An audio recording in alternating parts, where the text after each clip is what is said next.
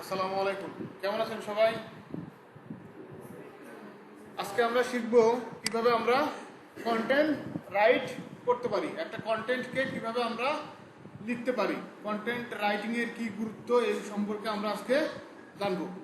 তো আমাদের হচ্ছে যে এক একটা কন্টেন্ট এক এক রকম হয়, এক একটা কন্টেন্ট এক এক রকম হয়।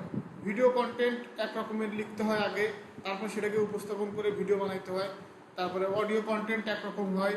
আবার হচ্ছে যে যে আমরা যেটা পেপার পত্রিকায় পড়ি এরকম কন্টেন্ট, মানে টেক্সট কন্টেন্ট যেটা, সেটা একরকমের হয়ে থাকে। তো ওভারঅল মোটামুটি প্রায় 70-80% সবগুলো সেমই। প্রথমত আমরা একটু দেখি যে আসলে যে লেখালেখির যে কন্টেন্ট, মানে টেক্সট কন্টেন্ট কেমন হয় সেটা আমরা দেখি। তো আমরা এখানে বাইসাইকেল প্রাইস ইন বাংলাদেশ লিখে সার্চ দিছি। এটা এসিওর ক্ষেত্রে খুবই জরুরি জরুরি আর কি। এসিওর ক্ষেত্রে এটা খুবই জরুরি বিষয় যে আমরা কিভাবে কন্টেন্ট লিখব। কারণ আমরা যেহেতু ওয়েবসাইট তৈরি করব, ওয়েবসাইটকে এসিও করব, সেই জন্য আমাদের অবশ্যই কী থাকা দরকার, কন্টেন্ট থাকা দরকার। আমাদের ওয়েবসাইটে কী থাকা দরকার, কন্টেন্ট থাকা দরকার। আমাদের ওয়েবসাইটে যদি তথ্যবহুল ওয়েবসাইট না হয় তাহলে সেখানে কি মানুষ ভিজিটর বাড়বে? ভিজিটর তো পারবে না। আচ্ছা, যদি ফেসবুকে শুধু খালি মেসেজ করা যেত তাহলে কি ফেসবুকের ভিজিটর বাড়তো? নাকি এখন তো ফেসবুকে আমরা মানে নিউজ দেখতে পাই, তারপরে ছবি ছাড়তে পারি, ভিডিও দেখতে পারি। তো আগের থেকে এখন ফেসবুকে ভিজিটর বাড়ছে না? কি বলেন আতিক ভাই, বাড়ছে না বাড়ে নাই?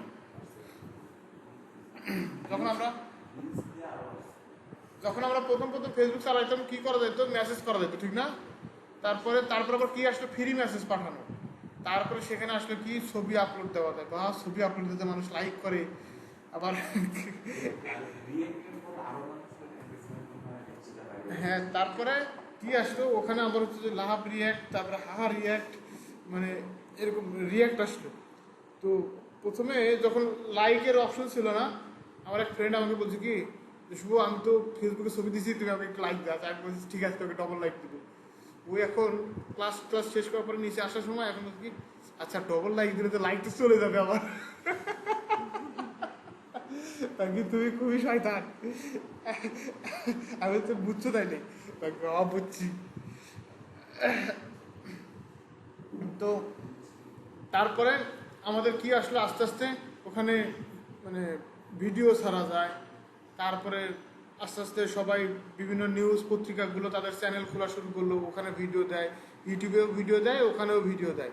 এতে আস্তে আস্তে কী হলো, ফেসবুকের ভিজিটর আস্তে আস্তে বাড়তে থাকলো।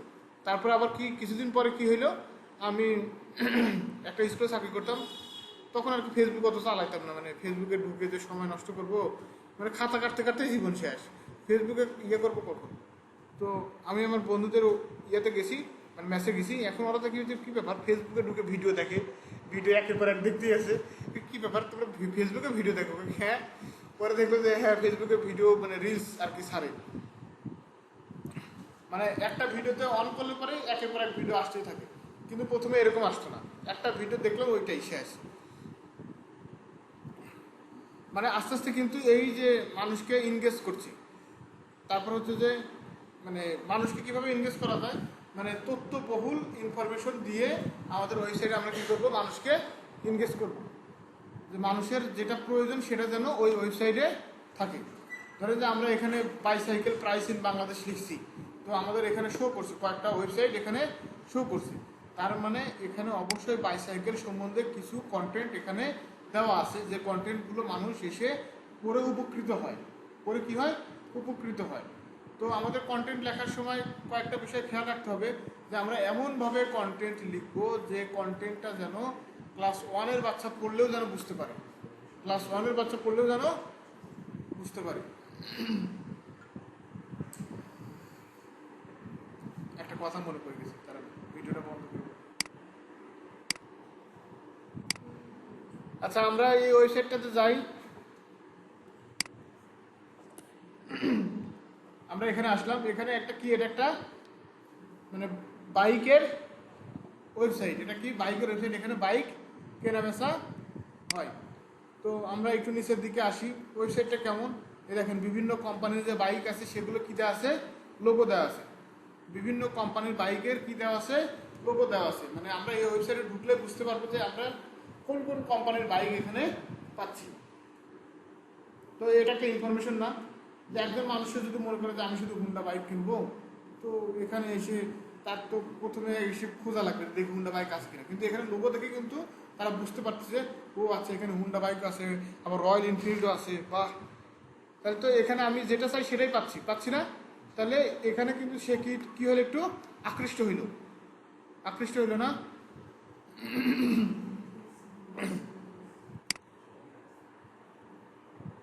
হ্যাঁ, মোটামুটি সবই আছে। তারপরে দেখেন এখানে কি লেখা আছে, কন্টেন্ট লেখা আছে, মানে বাইকের সম্বন্ধে কিছু ইনফরমেশন এখানে লেখা আছে। আমরা এটাতে যাই।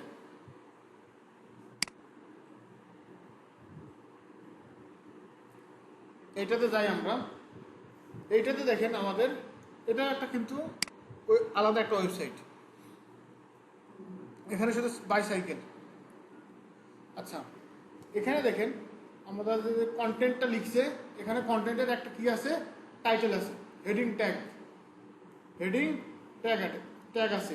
হেডিং ট্যাগ আমরা কি দ্বারা প্রকাশ করি? আবিদ ভাই ওয়েবসাইটের ক্লাসের সময় বলছিলাম আমরা হেডিং ট্যাগ আমরা কি দ্বারা ইউজ করি? H1 কি দ্বারা? H1 কি দ্বারা? H1 হেডিং ট্যাগ কত পর্যন্ত হয়? H1 থেকে H6 পর্যন্ত। H1 এটা একটু বড়, এটা হয়তো বা H4 অথবা H5, বুঝছেন, কিংবা H2 হইতে পারে, H3 হইতে পারে। তো H1 লেখাটা একটু বড় হয়, H1 লেখাটা একটু বড়, তারপরে H2 একটু ছোট, তারপরে H3 একটু ছোট, H6 একেবারেই ছোট। হ্যাঁ, সর্বোচ্চ হচ্ছে যে H1, সর্বোচ্চ কি H1।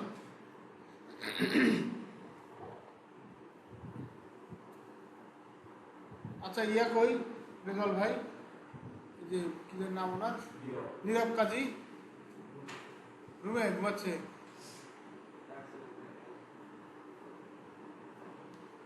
আজকের ক্লাসটা কিন্তু খুবই ইম্পর্টেন্ট। তো আমাদের এখানে কি থাকা লাগবে? প্রথমে একটা হেডিং ট্যাগ থাকতে হবে, মানে আমাদের একটা টাইটেল থাকতে হবে, যেটা যেন আমাদের ওয়েবসাইটের এই যে best bicycle price in Bangladesh এটা লিখে যদি কেউ সার্চ দেয় তাহলে আমাদের ওই ওয়েবসাইটটা আসবে। আমাদের ওয়েবসাইটে কি আসবে? আমি এখানে কি লিখে সার্চ দিয়েছিলাম? Bicycle price in Bangladesh. এর ভিতরে আসে না এই শব্দটা, বাইসাইকেল প্রাইস ইন বাংলাদেশ? এই যে এটা মিল আছে না, বাইসাইকেল প্রাইস ইন বাংলাদেশ। আর আমি কি লিখে সার্চ দিয়েছিলাম? Bicycle price in Bangladesh. একদম সেম আছে না? এখানে শুধু আরেকটা কি শব্দ আছে? বেস্ট। তো আমরা এমন টাইটেল ইউজ করব, এমন হেডিং ট্যাগ ইউজ করব সরি, যেটা দেখে মানুষ যেন সার্চ দেয়, যেটা লিখে মানুষ সার্চ দেয়। আমরা যদি মানে বাইসাইকেল প্রাইস লিখে সার্চ দিতাম তাও কিন্তু আমাদের এই ওয়েবসাইটটা আসতো, কারণ কি আমাদের হেডিং ট্যাগে এই লেখাটা আছে, হেডিং ট্যাগের ভিতর এই লেখাটা পড়ে যাচ্ছে। এই মানে এই শব্দটাকে বুঝছেন সবাই? কি বলছি? রেজাল্ট ভাই বলেন তো কি বুঝলেন আপনি?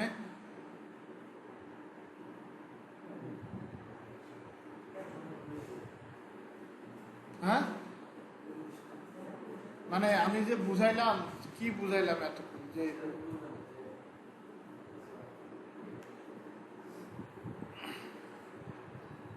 আচ্ছা আমি আবার বলছি, আমরা এমন কিছু লিখে মানে মানুষ এমন কিছু লিখে গুগল সার্চ ইঞ্জিনে সার্চ দিবে সেইটা যেন আমাদের ওয়েবসাইটের টাইটেলে থাকে, সেটা যেন আমাদের ওয়েবসাইটের কি থাকে? টাইটেলে থাকে, মানে হেডিং ট্যাগে যেন থাকে। আপনি একেবারে কথা শেষ করে আসেন।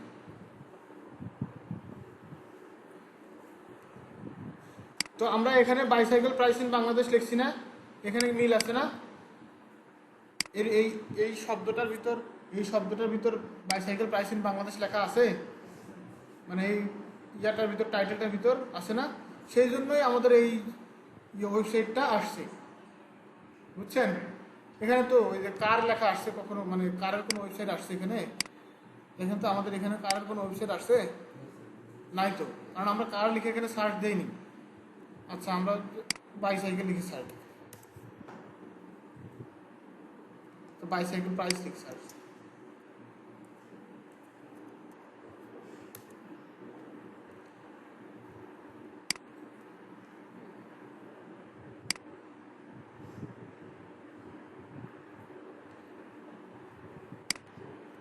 দেখেন আমরা কি লিখে সার্চ দিচ্ছি? Bicycle price. বাইসাইকেল প্রাইস লিখে সার্চ দিচ্ছি, তারপরেও কিন্তু আমাদের ওয়েবসাইটটা কি হয়েছে, এই যে এটা।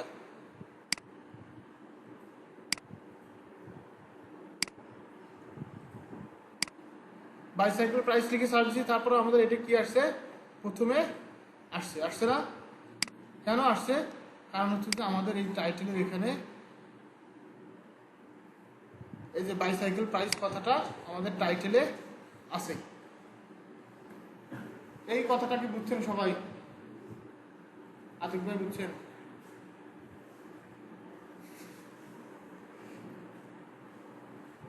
সাইদুল ভাই বুঝছেন? কি বুঝছেন বলেন তো দেখি।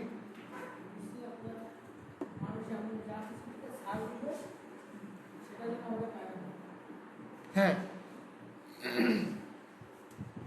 তারপরে এখানে আরেকটা বিষয় আছে, সেটা হলো যে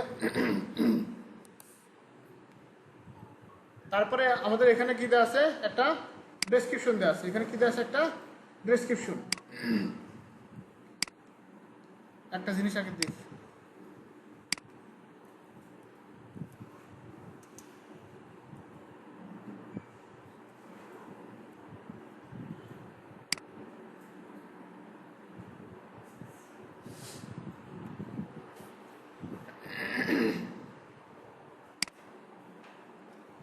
আচ্ছা আপনাদের এখানে ডেসক্রিপশন বলতে পারে যে মেটা ডেসক্রিপশনের সাইজ কত হয়, মেটা ডেসক্রিপশনের সাইজ কত হয়, এটা ভাইভাতে আসতে পারে আপনাদের। সেটা হচ্ছে যে 120 থেকে 156 ক্যারেক্টার্স। 120 থেকে কি 156 ক্যারেক্টার্স। ক্যারেক্টার্সের মধ্যে কি আমাদের হচ্ছে যে মেটা ডেসক্রিপশন হয়ে থাকে। হ্যাঁ, মেটা ডেসক্রিপশন কি জিনিস?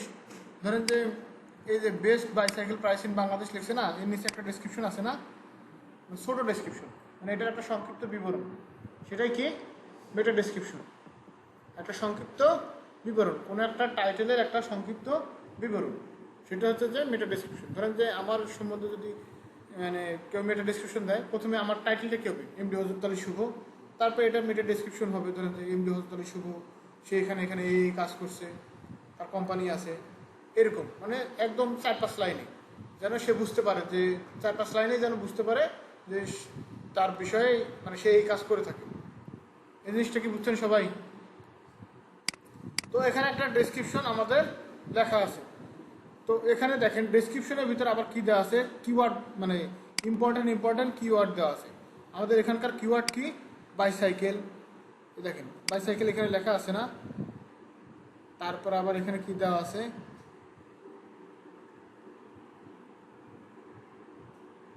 আবার দেখেন এখানে বাইসাইকেল দেওয়া আছে,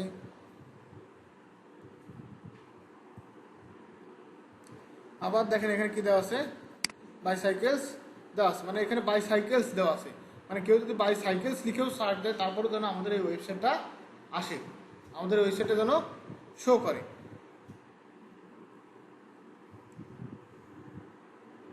আচ্ছা, তারপরে এখানে মানে এখানে বাংলাদেশ লেখা নাই, কিন্তু এখানে কি দেওয়া আছে, সিটি দেওয়া আছে। কি দেওয়া আছে? সিটি দেওয়া আছে। আবার এখানে কি দেওয়া আছে, কান্ট্রি দেওয়া আছে। বাংলাদেশ তো একটা কান্ট্রি নাকি, মানে একটা কি মানে কি দেওয়া আছে, মানে সরাসরি বাংলাদেশ না লিখে ইনডাইরেক্টলি বুঝাইছে। আবার এই যে এখানে দেখেন বিটি দেওয়া আছে, এখানে কি দেওয়া আছে, বিটি দেওয়া আছে। মানে একই লেখা বারবার লিখলে তো তারা হচ্ছে যে মনে করবে যে মানে কপিরাইট ধরতে পারে, তারপরে হচ্ছে যে এটাকে মনে করতে পারে যে যে ফেক, এরকম মনে করতে পারে, মানে সেটা র্যাঙ্কিংয়ে নাও আনতে পারে। সেই জন্য এটা কি করছে, ইনডাইরেক্টলি লেখছে আর কি।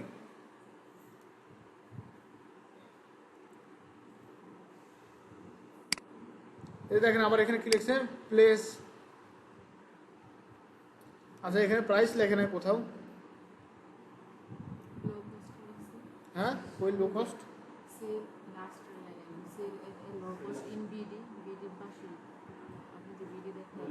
ওই যে দেখেন, মানে একদম সরাসরি প্রাইস না লিখে কি লিখছে, লো কস্ট। বুঝছেন? এই জিনিসটা কি বুঝলেন সবাই, যে আমরা আমাদের যে মেটা ডেসক্রিপশনটা এমনভাবে লিখবো সেটার ভিতরে যেন আমাদের কি থাকে, কিওয়ার্ড থাকে, যেটা লিখে মানুষ সার্চ দেয় সেটাই কি আমাদের কিওয়ার্ড। মানুষ গুগলে যা কিছু লিখে সার্চ দেয় সেটাই কি কিওয়ার্ড। মানুষ গুগলে যা কিছু লিখে সার্চ দেয় সেটাই কি কিওয়ার্ড।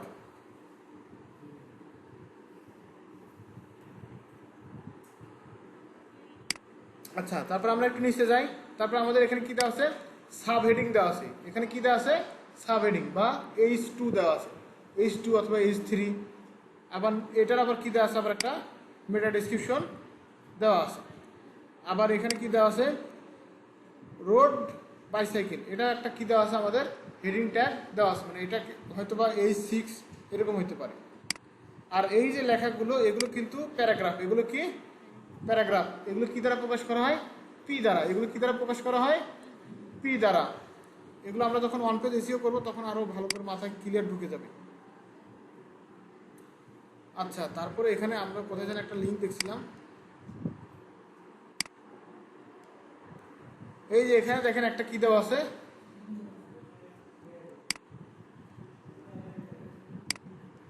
এখানে দেখেন একটা কি দেওয়া আছে, ইন্টারনাল লিঙ্ক। এখানে কি দেওয়া আছে, একটা ইন্টারনাল লিঙ্ক। ইন্টারনাল লিঙ্ক কি জিনিস, হ্যাঁ ইন্টারনাল লিঙ্ক কি জিনিস বলুন তো দেখি।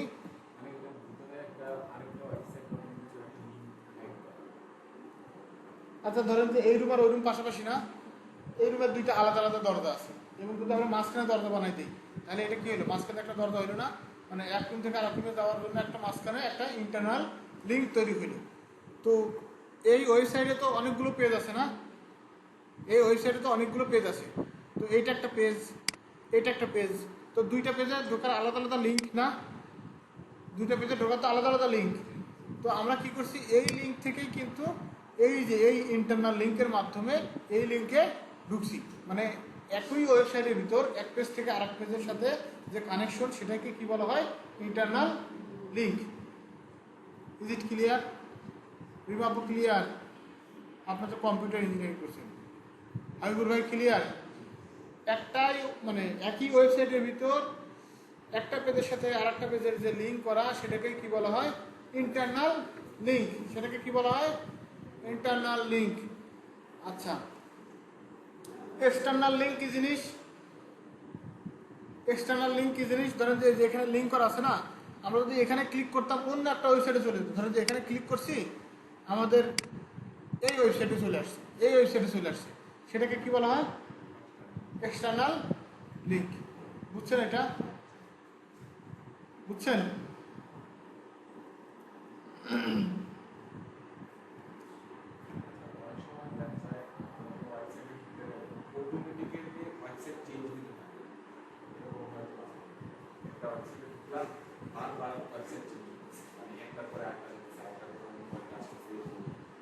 ওগুলো আর কি ধরেন যে বিভিন্ন মুভি সাইটগুলোতে এরকম হয় না, তো ওগুলো আর কি অ্যাড দেওয়া থাকে, অ্যাড মানে ওই সাইটগুলোতে মানে গুগল অ্যাডস দেওয়া থাকে। তো ওই সমস্ত পিক্সেলে লিঙ্ক করা থাকে, যে এখানে ক্লিক করলে পরেই আমাদের ওয়েবসাইটে চলে যাবে। বুঝছেন? বুঝলেন নাই? মানে ধরেন যে আমাদের এটা একটা স্ক্রিন, এটা একটা স্ক্রিন, এটা তো পিক্সেল দ্বারা গঠিত না। তো এই প্রতিটা পিক্সেলেই তারা কি করে থাকে, এই মানে গুগল অ্যাডস দিয়ে থাকে। তো আমরা তো মাউসে তো স্ক্রিনে ক্লিক করি না, যখন ক্লিক করি তখন ওই যে ওই লিঙ্কে চলে যায় সরাসরি। বুঝছেন? আচ্ছা এখন একটা জিনিস বোঝার বিষয় আছে, সেটা হলো যে আমাদের ধরেন যে একটা ওয়েবসাইটে 100টা পেজ, একটা ওয়েবসাইটে কি 100টা পেজ, 100টা পেজের সাথে আমাদের ইন্টারনাল লিঙ্ক করা আছে, সবগুলো পেজের সাথে সবগুলো পেজের ইন্টারনাল লিঙ্ক করা আছে। এটাও কিন্তু আমাদের একটা এসইওর পার্ট। আর আরেকটা হচ্ছে যে ধরেন যে অন্য কারো একটা ওয়েবসাইট, ধরেন যে আতিক ভাইয়ের একটা ওয়েবসাইটে আমার ওয়েবসাইটে লিঙ্ক দেওয়া আছে, আমার ওয়েবসাইটের লিঙ্ক দেওয়া আছে, এরকম আরও 10জন মানুষের ওয়েবসাইটে আমার ওয়েবসাইটে লিঙ্ক দেওয়া আছে, তাহলে এটা আমার এসিওর জন্য ভালো হবে না? এইটা যত বাড়বে তত আমাদের মানে ওয়েবসাইটের ভ্যালুটা কী হবে, তত বাড়তে থাকবে, তত আমাদের কী হবে, ওয়েবসাইটের ভ্যালুটা বাড়তে থাকবে। আগে গুগল কি করতো, গুগল বট এক্সটার্নাল লিঙ্ক কাউন্ট করতো, এক্সটার্নাল লিঙ্ক কি করতো, কাউন্ট করতো, যে একটা ওয়েবসাইটে কতগুলো এক্সটার্নাল লিঙ্ক আছে, মানে যে এমডি হজরত আলী শুভ কতগুলো ওয়েবসাইট থেকে লিঙ্ক পাইছে। তো ধরেন যে আতিক ভাই তার একটা কন্টেন্টে 10 জায়গা আমার ওয়েবসাইটে লিঙ্ক তৈরি করে দিচ্ছে, মানে আমার ওয়েবসাইটের সাথে আমার ওয়েবসাইটের লিঙ্কটা দিচ্ছে 10 জায়গায়, কিন্তু গুগল এখন ওইটা একটাই ধরে, গুগল এখন কি করে, ওইটা একটা এক্সটার্নাল লিঙ্কই ধরে, আগে 10টা ধরত, কিন্তু মানুষ কি করে, এই যে মানুষকে টাকা দিয়ে বলে কি যে তুমি তোমার ওয়েবসাইটে 20 টাকায় আমার হচ্ছে যে লিঙ্ক দিবা, যেন আমার ওয়েবসাইটটা র্যাঙ্কিংয়ে উপরে আসে। হ্যাঁ, এখন একটা করে ধরে, এক্সটার্নাল এক্সটার্নাল মানে আগে এরকম হইতো যে যত এক্সটার্নাল লিঙ্ক বেশি হয় তত ওয়েবসাইটটা তাড়াতাড়ি র্যাঙ্কিংয়ে আসে, কিন্তু এখন কি হয় যে একটা ওয়েবসাইট থেকে যত লিঙ্কই দেওয়া হোক না কেন ওইটা একটা কাউন্ট করে। এটা ভালো হয়েছে, কারণ হচ্ছে যে ধরেন যে আমার একটা এজেন্সি, আমার 10টা ওয়েবসাইট আছে, আমার কাজই হচ্ছে মানুষকে লিঙ্ক শেয়ার করা, মানুষকে লিঙ্ক শেয়ার করা। আমি কি করলাম, আমার একটা ওয়েবসাইট থেকে আমার কন্টেন্টে একজনকে 50টা এক্সটার্নাল লিঙ্ক দিয়ে দিলাম, তাহলে তার র্যাঙ্কিং উপরে আসার সম্ভাবনা বেড়ে যাবে না? কিন্তু সেটা এখন গুগল কি করছে, তোমাদের এই কাহিনী দ্বারা 50টাকে একটাই, বুঝছেন রিমা আপু, সাহিত্য ভাই বুঝছেন? হ্যাঁ, যদি 50টা দেয় একটা, 100টা দিলেও একটাই, একটা দিলে একটাই, বুঝছেন? আলাদা আলাদা কি?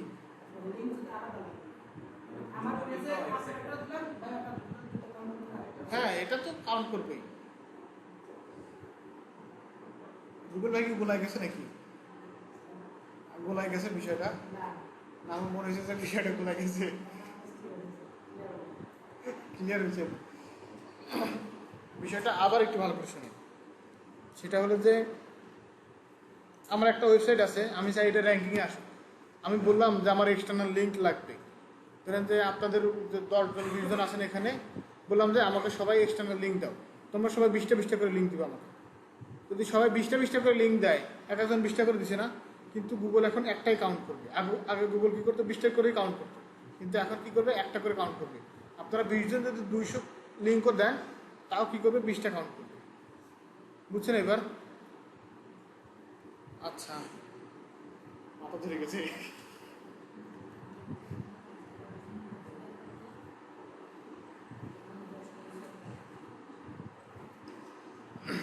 আচ্ছা, এই বিষয়টা তো ক্লিয়ার নাকি? আমাদের মেটা ডিসক্রিপশন কত কিওয়ার্ডের ভিতর হওয়া লাগবে? 120 থেকে 160 ক্যারেক্টার্স, 120 থেকে 160 ক্যারেক্টার্স। এটা আপনাদের এমসিকিউতেও আসতে পারে, আবার হচ্ছে যে লিখিততেও, মানে কিংবা ভাইভাতেও ধরতে পারে, ওরালেও এটা ধরতে পারে। 30 মানে এমসিকিউ আর লিখিত মিন হচ্ছে 30, 15 অর্ধ করতে হবে। হ্যাঁ, আরে আমরা তো আমাদের চেষ্টা করবোই।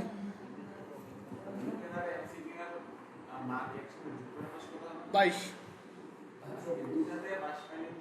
দুইটা মিলে 22। হ্যাঁ,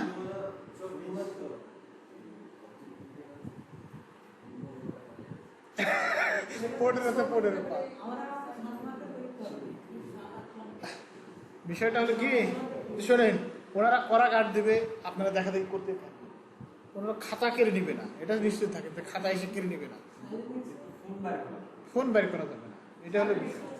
হ্যাঁ, না, সাইলেন্ট এক্সপেলও নাই, দেখা দেখি চোখ ঘুরায় ঘুরায় খালি এরকম করবে না, এর উঠে যায় কি লিখছিস দেখি, এরকম করা যাবে না।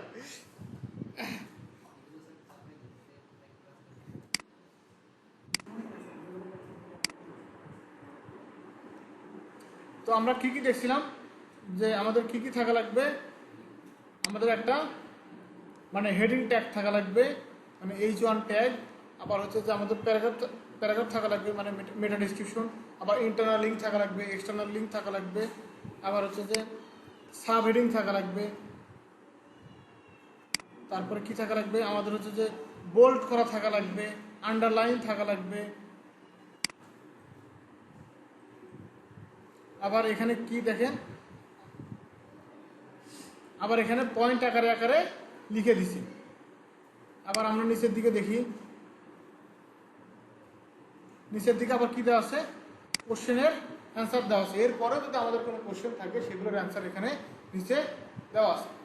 তারপরেও আমাদের এই ওই পেজে আর কি দেওয়া আছে, উপরের দিকে কি দেওয়া আছে, সুন্দর করে ইমেজ দিয়ে সাজিয়ে দেওয়া আছে। উপরে একটা সুন্দর একটা মেনু দেওয়া আছে, পাশে দেওয়া আছে মেনু, দেখছেন? তো আমাদের কন্টেন্ট কিভাবে, তারপরে এখানে কি দেওয়া আছে, ইমেজ দেওয়া আছে। তো আমাদের কন্টেন্টটা কিভাবে হবে সেটা তো বুঝছেন নাকি? মানে আমাদের কন্টেন্টটা এইভাবে আমাদের রেডি করতে হবে, ভিডিও দিতে হবে, বুঝছেন? তো প্রতিটা পেজই আমাদের কি করতে হবে, এইভাবে সাজাইতে হবে। আর এখানে কিন্তু যে লেখাগুলো দেখেন একদম সিম্পল দেওয়ার, মানে ওয়ার্ড দেওয়া না, কি লেখা আছে, in a first world country. ছোট বাচ্চারা পড়লেও বুঝবে না।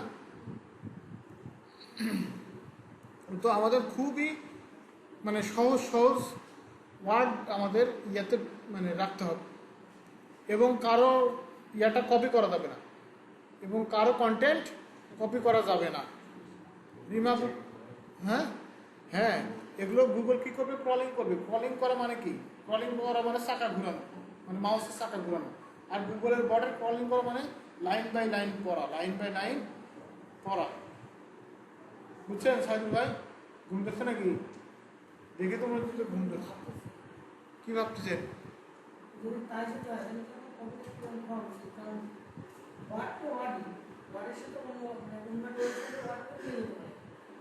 না ওটা তো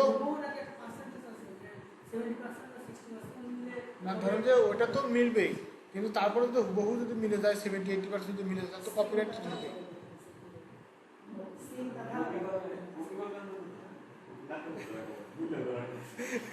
না মানে আপনি যদি হুবহু কন্টেন্ট কপি করেন বুঝবে অবশ্যই, 100% বুঝবে।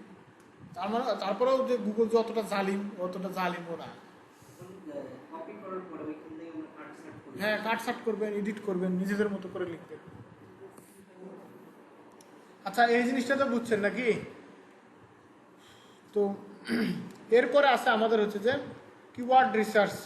এই জিনিসটা খুবই ইম্পর্টেন্ট, কিওয়ার্ড রিসার্চ। যে আমাদের কিওয়ার্ড রিসার্চ করতে হবে, মানে আমরা যে গুগলে কোনো কিছু, মানে কোনো একটা ওয়েবসাইট ক্রিয়েট করব, সেটার কিওয়ার্ড বাজারে ভ্যালু আছে কিনা, মানে মার্কেটে সেটার ভ্যালু আছে কিনা, মানুষ গুগলে সার্চ দেয় কিনা, সেই বিষয়টা আমাদের কি করতে হবে, রিসার্চ করতে হবে। সেই বিষয়টা আমাদের কি করতে হবে, রিসার্চ করতে হবে। এই জিনিসটা কি বুঝছেন? যে আমরা এমন একটা কন্টেন্ট লিখলাম, সেই কন্টেন্ট লিখে মানুষের কোনো ইন্টারেস্ট নাই, সার্চও দেয়, তাহলে সেটা কোনো ভ্যালু থাকবে? কি মনে হয়, ভ্যালু থাকবে সেটা?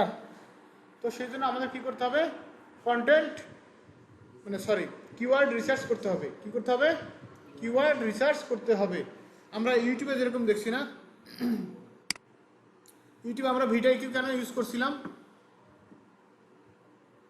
ইউটিউবে আমরা ভিডিআইকিউ কেন ইউজ করছিলাম রিমা আপু? ইউটিউবে আমরা ভিডিআইকিউ কেন ইউজ করছিলাম? আমরা ট্যাগগুলো দিছিলাম না, ট্যাগগুলো পাবো কই, কিভাবে? ওই ট্যাগগুলো দিছিলাম না, ওগুলো কি কিওয়ার্ড? ওগুলো কিন্তু কি কিওয়ার্ড, মানে ওগুলো লিখে মানুষ ইউটিউবে সার্চ দেয়। ওই কিওয়ার্ডগুলো পাওয়ার জন্যই আমরা হচ্ছে যে কি করছিলাম, ভিডিআইকিউ ইনস্টল দিছিলাম। বুঝছেন? আচ্ছা, এখন কিওয়ার্ড রিসার্চ করার জন্য কিছু টুলস আছে, কিওয়ার্ড রিসার্চ করার জন্য কিছু টুলস আছে।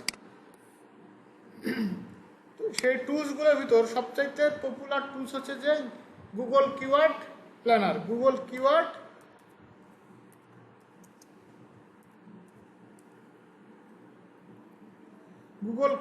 Planner tool.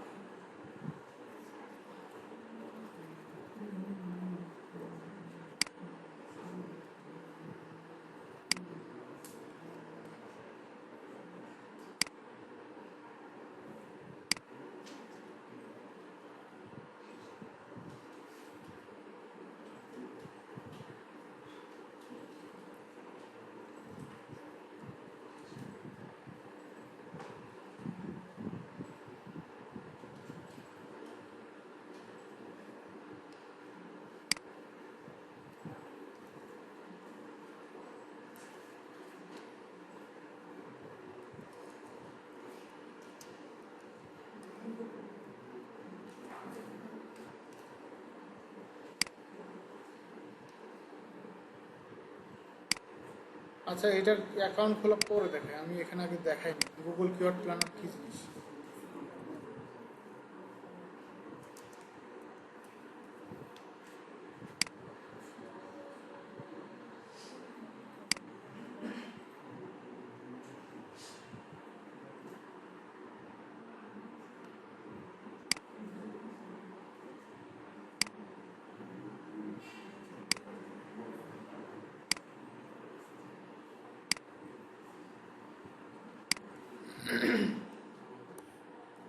আচ্ছা, এটা হচ্ছে যে গুগল কিওয়ার্ড প্ল্যানার। তো এটা এখানে আমাদের অ্যাকাউন্ট ক্রিয়েট করতে হয়। অ্যাকাউন্ট কেমনে ক্রিয়েট করে সেটা আমরা যখন গুগল অ্যাড শিখবো তখন আমরা দেখব। তো গুগল কিওয়ার্ড প্ল্যানারে আমরা আসলাম, আসার পরে আমরা এখানে ডিসকভার নিউ কিওয়ার্ড এটা লিখে আমরা এখানে আসবো।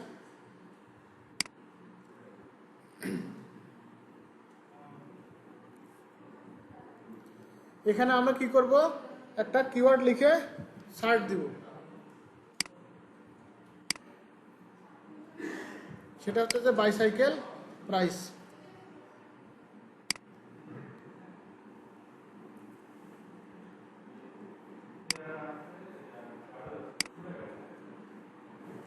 আমরা এখানে গেট রেজাল্ট দেখি।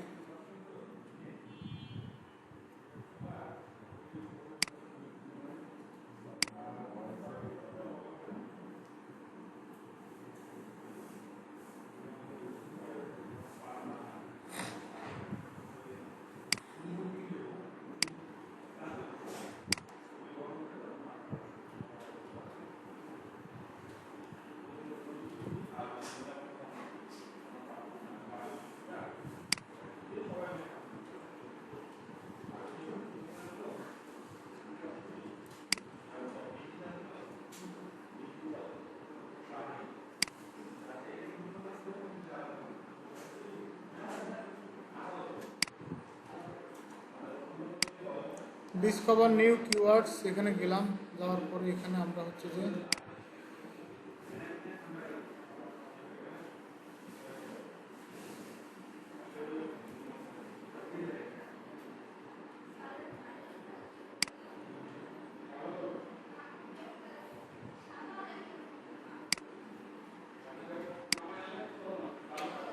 এখানে আরো কয়েকটা দেওয়া লাগবে।